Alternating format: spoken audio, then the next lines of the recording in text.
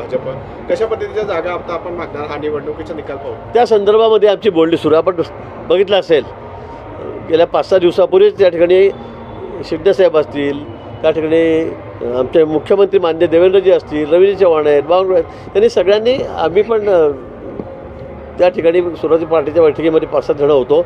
पण नंतर यांची संयुक्तिक बैठक झाली आणि त्यामुळे महायुतीवर शिक्कामोर्तब त्या ठिकाणी झालेला आहे. आम्ही महायुतीमध्येच या ठिकाणी लढणार आहोत. फार अपरिहार्य परिस्थिती असेल तर कमी जास्त होईल, पण आमची भूमिका महायुतीमध्ये लढण्याचीच आहे आणि त्या दृष्टीने आता आम्ही सगळ्या बैठकी करतो आहोत, बसतो आहोत आणि जागांच्या वाटाघाटी करतो आहोत. जळगाव जिल्ह्यात देखील हीच परिस्थिती असेल महायुतीचं? निश्चित गुलाब भाऊंचं आमचं बोलणं झालेलं आहे. महापालिकेमध्ये या संदर्भामध्ये आम्ही महायुतीमध्ये लढणार आहोत. मुंबईसाठी कसा फॉर्म्युला राहील? आता तो फॉर्म्युला ठरवण्याचा अधिकार मला नाही आहे, पण आपण रोज बघतात स्वतः माननीय मुख्यमंत्री लक्ष घालत आहेत, रवींद्र चव्हाण आमचे मुंबईचेच आहेत ते लक्ष घालत आहेत, आशिष शेलार आहेत ते लक्ष घालत आहेत आमच्या त्या ठिकाणी सगळे प्रमुख नेते मंडळी आहेत, बावनकुळे आहेत ते लक्ष घालत आहेत. मला वाटतं मुंबईमध्ये सन्मान्य तोडगा त्या ठिकाणी निघेल. मुंबई असेल, पुणे असेल, पिंपरी चिंचवड, ठाणे, नाशिक ही सगळी मोठे महापालिका आहेत. या ठिकाणी आम्ही शक्यतोवर महायुतीमध्येच लढणार आहोत. या निवडणुकीचा मुसंडी मारली जिल्ह्यामध्ये काय सांगणार, काय प्रतिक्रिया? नाही, जळगाव जिल्हा हा भाजपचा बालेकिल्लाच आहे आणि महायुतीचाही बालेकिल्ला आहे. आपण बघितलं 18 जागा, 18 नगर परिषदा नगरपंचायतीच्या निवडणुका या ठिकाणी जळगाव जिल्ह्यामध्ये होत्या. त्यापैकी 12 नगराध्यक्ष हे भाजपचे निवडून आलेले आहेत. 6 ठिकाणी आमचे मित्रपक्ष आहेत, शिवसेना त्यांचेच नगराध्यक्ष या ठिकाणी निवडून आलेले आहेत आणि म्हणजे 12 आणि 6 18च्या 18 ठिकाणी आमचा विजय या ठिकाणी महायुतीचा झालेला आहे. इथे कुणालाही मी आधी सांगितलं उबाटा असेल का शरद पवारांची राष्ट्रवादी काँग्रेस असेल का काँग्रेस असेल त्यांचं खातंसुद्धा उघडणार नाही. मी हे वारंवार आपल्याला सांगितलेलं होतं आणि आपण निर्णय जर बघितला तर परिस्थिती तशीच आहे. कोणीही विरोधी पक्षाचं महाविकास आघाडीचं या ठिकाणी निवडून आलेलं नाही. एकंदरीत मुक्ताईनगरची बघायला गेलं तर केंद्रीय मंत्री आणि पराभव पाहायला मिळत आहे.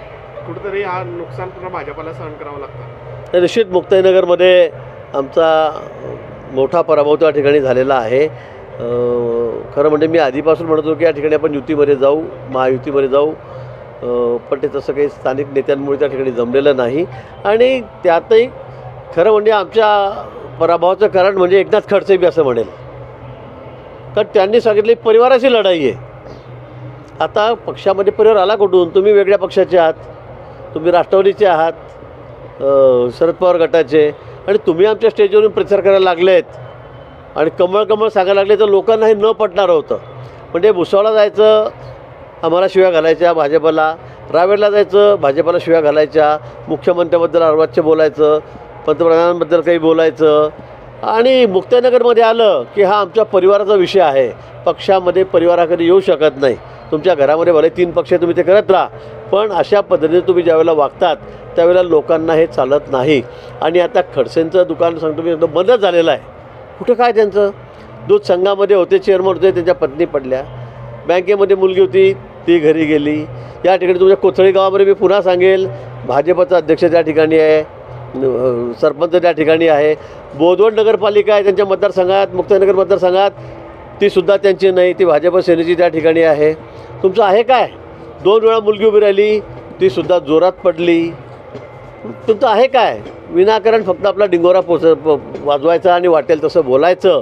पण मला वाटतं त्यांच्या या भूमिकेमुळे ते आमच्या स्टेजवर येऊन प्रचार करायला लागले कमळाचा. आमच्या रक्षाताईंबरोबर त्यांची मुलगी जी राष्ट्रवादी काँग्रेसची महिला विंगची अध्यक्ष आहे तीसुद्धा इकडे भाजपाचं कमळ घेऊन स्टेजवर चढायला लागली आणि बोलायला लागली, भांडायला लागली तिथे लोकांशी. मला असं वाटतं की अपयशाचं कारण खरं हेच आहे. यामुळेच आम्हाला मुक्ताईनगर हे गमवावं लागलं, अन्यथा आम्ही जळगाव जिल्ह्यामध्ये अजूनही पुढे गेलो असतो. महाराष्ट्राची काय परिस्थिती? महाराष्ट्राची परिस्थिती आपण बघतात 125-126 हजार दाखवतात, 2-3 कमी जास्त होत आहेत. पण महाराष्ट्रामध्ये अपेक्षेप्रमाणे माननीय देवेंद्रने सांगितलं तर आपण 120चा आकडा क्रॉस करू. मला वाटतं 30 परिस्थिती आज या ठिकाणी आपल्याला बघायला मिळते. आम्ही 50%च्या जवळपास 50%च्या वर या जागा एक हाती घेतलेल्या आहे. आमच्यानंतर आमचे मित्रपक्ष शिवसेना आहेत, त्यांनी 60चा आकडा क्रॉस केलेला आहे, जवळपास त्याच्या आहेत. अजितदादा हे 3ऱ्या नंबरवर आहेत. काय अवस्था झाली काँग्रेसची? काँग्रेस तरी काहीतरी बरं 30-35पर्यंत. उबाठा मला वाटतं सगळ्यात शेवटी गेलेला आहे 5व्या नंबरवर आज. 7-8 याच्यावर जातच नाही आहे. शरद पवार काँग्रेसची काय परिस्थिती झालेली आहे? ती पण त्याच आकड्यावर आहे, सिंगल टोनमध्ये त्या ठिकाणी, सिंगल लाईटमध्ये त्या ठिकाणी आहेत. आणि म्हणून मला असं वाटतं की मी म्हणणारे सगळे जे बोलवच्चन आहेत, जे सकाळपासून फक्त मोदींवर तोडसूक घेतात, अमित भाईंवर घेतात, भाजपवर घेतात, देवेंद्रजींवर घेतात, त्यांची परिस्थिती आज काय झालेली आहे. आणि मी या पुढे जाऊन सांगतो की हे संकेत आहेत पुढचे. आता पुढे महापालिका आहे, महापालिकेमध्ये त्यांना कुठेही संधी मिळणार नाही. फार छूटमूट मला वाटतं 28-29पैकी एखाद दुसरी महापालिका असेल नसेल, पण या ठिकाणी महापालिकेमध्ये सुद्धा महायुतीचाच बोलबाला असेल. मी आता आजच तुम्हाला हे भविष्य सांगतो. भाऊ, या निवडणुकीचा जो विजय आहे तर यावरून फॉर्मॅट कशा पद्धतीचा आगामी महापालिकेचा निवडणुकीचा ठरतो? मी आपल्याला तेच म्हणतोय, आजचे निकाल जर आपण बघितले तर पुढे काही सांगण्याची गरज नाही, भविष्य करायची गरजच नाही आहे. महापालिकेत तर यांचा अतिशय दारुण पराभव होणार आहे. म्हणजे इथे तरी काहीतरी 50 हातात आहेत. 290पैकी या जागा यांच्या 50च्या हात आहेत. 50 पण तिघांनी मिळून हा आकडा क्रॉस केलेला नाही. म्हणजे उबाठा, शरद पवार काँग्रेस साहेब आणि काहीतरी मला वाटतं काँग्रेसच्या 35 जागा आलेल्या आहेत. त्यांच्यामुळे तरी यांची लाज राहून गेली. नाही तर हे 15-20मध्येच राहिले असते दोघी तिघी जण. काहीच राहिलेलं नाही यांचं. त्यामुळे यांनी किती डरकाळ्या फोडल्या, किती लोकांना खोटं बोलण्याचा प्रयत्न केला. मी मराठी माणसाचा प्रश्न, मराठी माणसाची काळजी आम्हाला जास्त आहे, मराठी माणसाला माहीत आहे, आम्हाला जास्त आहे. पण फक्त निवडणुकांसाठी मतावर डोळा ठेवून परत तेच बोलायचं, मुंबई तोडण्याची भाषा करायची. लोक आता इतके दूधखोळे नाहीत. लोक यांना इतकी यापेक्षासुद्धा वाईट दारुण पराभव या ठिकाणी या निवडणुकीमध्ये त्यांचा होणार आहे. महाविकास आघाडीचा या ठिकाणी होणार आहे. मग दुसरीकडे मुक्ताईनगरमध्ये खडसेंनी राष्ट्रवादीतर्फे एकही उमेदवार उभे केले नव्हते.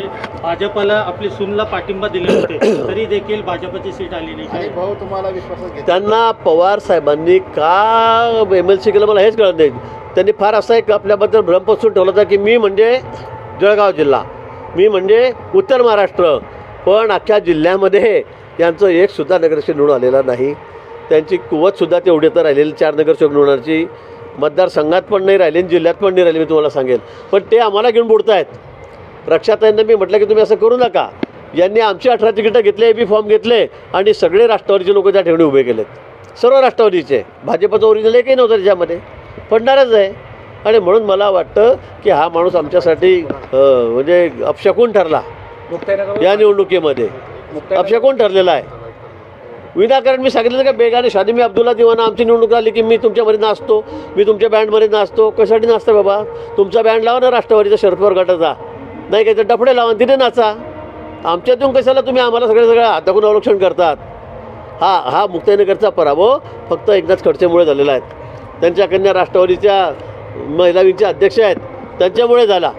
रस्त्यावर उतरून त्यांनी जी लोकांची भांडणं केली, समोर ज्या पद्धतीने भाषणं केली ती लोकांना अजिबात आवडलेली नाही. एकाच घरामध्ये आम्ही सगळे पक्ष चालू, ताई उभी राहिले की सगळे त्याचाच प्रचार करू, माई उभी राहिली की तिचाच प्रचार करू, खडसे उभी राहिले की तिचाच प्रचार करू. हे लोकांना पटत नाही. कुठे पक्षनिष्ठा तुमच्यामध्ये त्या ठिकाणी राहिलेली नाही. त्यामुळे लोकांनी तुम्हाला चांगली चपराक दिलेली आहे, चांगला धडा शिकवलेला आहे. भाऊ, महापालिकाच्या आणि दोघं ठाकरे बंधू जी करतात आहे तर त्यांची कशी परिस्थिती राहू शकते? त्यांची परिस्थिती अतिशय वाईट होणार आहे. मी तुम्हाला आता सांगतो. त्यांनी किती लोकांना भुलवण्याचा प्रयत्न केला, मराठी माणसाला फार प्रलोभन दाखवण्याचा प्रयत्न केला, त्याचा उपयोग या ठिकाणी होणार नाही. लोकांचं प्रेम, लोकांचा विश्वास हा आमच्यावरच आहे, विशेष करून भाजपवर आहे, महायुतीवर आहे. केंद्रामध्ये माननीय पंतप्रधान मोदीजींचं नेतृत्व या ठिकाणी आहे, त्याच्यावर सगळ्यांचा विश्वास त्या ठिकाणी त्यांच्यावर आहे. राज्यामध्ये आता देवेंद्रजी आहेत, एकनाथजी आहेत, दादा आहेत, आमच्यावरच त्यांचा विश्वास आहे. कारण यांच्यामध्ये काहीच नाही, हे वरपासून खालपर्यंत कुठेच नाही आहेत. शेवटी विकास काय करणार शहरांचा? निधी कुठून आणणार? फंड कुठून आणणार? याचं ऐकणार कोण? त्यामुळे मला असं वाटतं की लोकांना माहिती आहे या राज्याला पुढे न्यायचं असेल तर आता महायुतीशिवाय पर्याय नाही, भाजपशिवाय अजिबात पर्याय नाही. आणि म्हणून या ठिकाणी या येत्या महापालिकेमध्ये मी सांगतो तुम्हाला, मी सांगितलेलं 10 महापालिकेतून एकसुद्धा महापालिका या ठिकाणी महाविकास आघाडीची येणार नाही. ABP माझा, उघडा डोळे बघा नीट.